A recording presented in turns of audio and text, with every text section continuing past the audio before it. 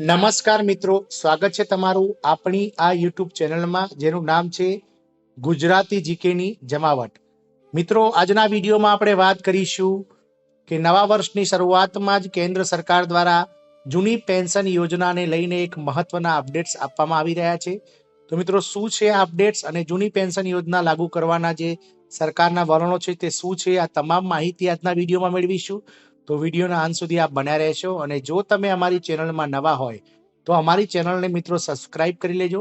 સાથે જ મિત્રો અમારા વિડીયોઝને શેર કરજો અને ચેનલને સબસ્ક્રાઇબ કરી બેલ આઇકોન દબાવી ઓલ નોટિફિકેશન ઓન કરી દેજો, જેથી કરીને અમારી ચેનલ પર મૂકવામાં આવતા આવે વિવિધ સરકારના પરિપત્રો, પેન્શન્સને લગતા, સરકારી ભરતીઓને લગતા નોટિફિકેશનો, સાથે જ મિત્રો જનરલ નોલેજને લગતા વિડીયોઝ તમને સરળતાથી અમારા ચેનલના માધ્યમથી ઉપલબ્ધ થઈ જાય.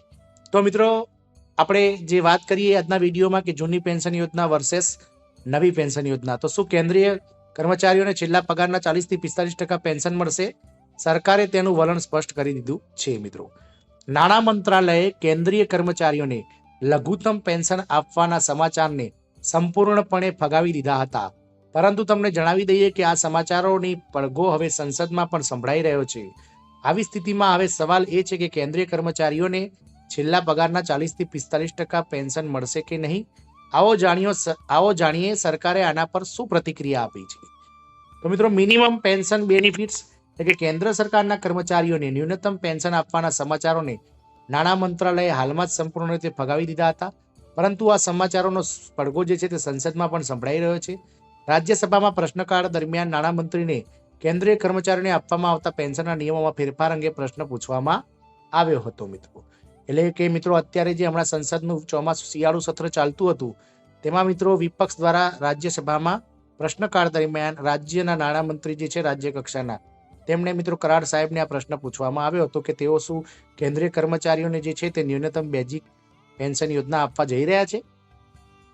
નાણામંત્રીને પૂછવામાં આવી છે કે શું કેન્દ્ર સરકાર તેના કર્મચારીઓને નિવૃત્તિ પહેલા છેલ્લા પગારના 40 થી 45% પેન્શન તરીકે આપવાનું વિચારી રહી છે.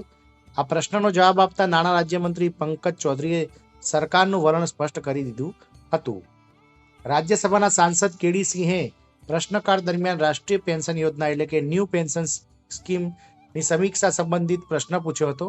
તેમણે સરકારને સવાલ કર્યો કે શું કેન્દ્ર સરકાર નેશનલ પેન્શન સ્કીમ હેઠળ આપવામાં આવતી માર્કેટ લિંક્ડ પેન્શનની ફોર્મ્યુલા બદલવાનું વિચાર રહી છે અને કર્મચારીઓને નિવૃત્તિ પહેલાના છેલ્લા પગારના 40 થી 45% પેન્શન તરીકે આપવાનું વિચારી રહી છે. આ પ્રશ્નોના જવાબમાં નાણાં રાજ્યમંત્રી પંકજ ચૌધરીએ જણાવ્યું હતું કે હાલમાં સરકાર આવી કોઈ દરખાસ્ત પર વિચાર કરી રહી નથી. સાંસદ કેડી સિંહે નાણામંત્રીને પૂછ્યું હતું કે શું કેન્દ્રીય કર્મચારીઓ માટે એનપીએસ એટલે કે નેશનલ પેન્શન સ્કીમની સમીક્ષા કરવા માટે સરકાર દ્વારા રચાયેલી સમિતિએ પોતાનો રિપોર્ટ સરકારને સોંપ્યો છે અને શું સરકાર હાલની પેન્શન યોજનાની સમીક્ષા પર વિચાર કરી રહી છે.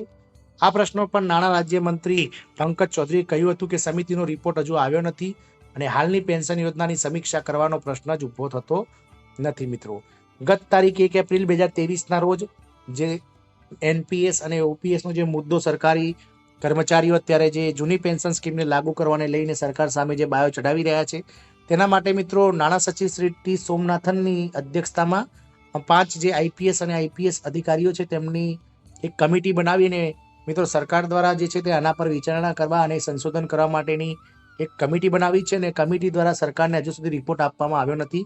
સરકારને આ કમિટી રિપોર્ટ આપશે ત્યારબાદ જ સરકાર મિત્રો જે છે તે પોતાનું વલણ સ્પષ્ટ કરશે કે તે જૂની પેન્શન સ્કીમ લાગુ કરવા જઈ રહી છે અથવા તો ન્યૂ પેન્શન સ્કીમ એટલે કે નેશનલ પેન્શન સ્કીમ, નવી જે પેન્શન સ્કીમ છે માર્કેટ લિંક, તેમાં કંઈ ફેરફાર કરવા જઈ રહી છે કે નહીં. આ તમામ માહિતી મિત્રો કમિટીના રિપોર્ટના આવ્યા પછી જ સ્પષ્ટ થશે. મિત્રો, હકીકતમાં ગયા મહિને સમાચાર આવ્યા હતા કે સરકાર નેશનલ પેન્શન સ્કીમ એટલે કે ન્યૂ પેન્શન સ્કીમ હેઠળના તેના કર્મચારીઓને લઘુત્તમ પેન્શન આપવાનો પ્રસ્તાવ લાવી શકે છે. ત્યારે નાણાં મંત્રાલયે આ અહેવાલોને નકારી કાઢ્યા હતા. સંસદના બજેટ સત્રના બીજા તબક્કામાં જ્યારે લોકસભા દ્વારા નાણાં બિલ પસાર કરવામાં આવી રહ્યું હતું ત્યારે નાણામંત્રી નિર્મલા સીતારમણે નેશનલ પેન્શન સ્કીમ એટલે કે એનપીએસની સમીક્ષા કરવા માટે નાણાં સચિવની અધ્યક્ષતામાં એક સમિતિ રચના કરવાની જાહેરાત કરી હતી. મિત્રો, આપણે વાત કરીએ તો ઘણા કોંગ્રેસ શાસિત રાજ્યોએ એનપીએસ છોડી દીધું છે અને તેમના કર્મચારીઓ માટે જૂની પેન્શન યોજના એટલે કે ઓપીએસ લાગુ કરવાનું શરૂ કરી દીધું છે. ધીરે ધીરે આ એક મોટો ચૂંટણી મુદ્દો બની રહ્યો છે, જેના કારણે કેન્દ્ર સરકાર પણ હવે પણ દબાણ વધી રહ્યું છે. મિત્રો, ફિટમેન્ટ ફેક્ટર આટલું વધી જશે. દરમિયાન કર્મચારીઓના ફિટમેન્ટ ફેક્ટરમાં વધારો કરવા અંગે ચર્ચાઓ શરૂ થઈ છે. કેન્દ્ર સરકારના નવા વર્ષ પર કર્મચારીઓને આ ભેટ આપવા શકી છે. જો આમ થશે તો કેન્દ્ર સરકારના કર્મચારીઓના પગારમાં મોટો ઉછાળો આવશે. 7મા પગાર પંચ હેઠળ ફિટમેન્ટ ફેક્ટરમાં વધારાના કારણે કેન્દ્રીય કર્મચારીઓના પગારમાં 8,860 રૂપિયાનો વધારો થશે. ફિટમેન્ટ ફેક્ટર હાલમાં 2.57 છે. જો તેને વધારીને 3.68 કરવામાં આવે તો લેવલ 1ના ગ્રેડ પેની ન્યૂનતમ મર્યાદા 26,000 રૂપિયા થશે. મતલબ કે સીધા પગારમાં 8,000 રૂપિયાનો વધારો થશે મિત્રો. આમ મિત્રો સરકાર દ્વારા હાલ જે છે તે ઓલ્ડ પેન્શન સ્કીમને લાગુ કરવાની કોઈ વિચારણા થઈ રહી નથી અને એનપીએસમાં જે પગારના જે ન્યૂઝ વહેતા થયા છે કે દરેક કર્મચારીને રિટાયર ટાઈમે ન્યૂ પેન્શન સ્કીમમાં તેના લાસ્ટ પગારના 40% થી 45% જેટલો પગાર આજીવન મળશે પેન્શન રૂપે. પરંતુ એના પર પણ હજુ સરકારે કોઈ સ્પષ્ટ વલણ આપ્યું નથી, કારણ કે ગત લોકસભાની અને રાજ્યસભાની મિત્રો પ્રશ્નકાળ દરમિયાન પ્રશ્ન પૂછાતા નાણાં રાજ્યમંત્રી પંકજ ચૌધરીએ તેના વિશે સ્પષ્ટ કરી દીધું છે કે હજુ સુધી સરકાર એનપીએસ અથવા તો ઓપીએસ મુદ્દો લઈને કોઈ પણ જાતની વિચારણા કરી રહી નથી અને સમિતિના રિપોર્ટ આવ્યા બાદ જ સરકાર પોતાનું વલણ સ્પષ્ટ કરશે. તો હાલ મિત્રો પેન્શનની રાહ જોઈને બેઠેલા જે કર્મચારીઓ છે તેમના માટે આ ખૂબ જ દુઃખદ સમાચાર છે, ખૂબ જ મોટો ઝટકો લાગી રહ્યો છે. તો મિત્રો આશા રાખીશું કે આપને આ ન્યૂઝ ગમ્યા હશે અને આપ આપના કલીગ મિત્રો સાથે શેર કરશો તેવી આશા છે. જય હિન્દ, અસ્તુ.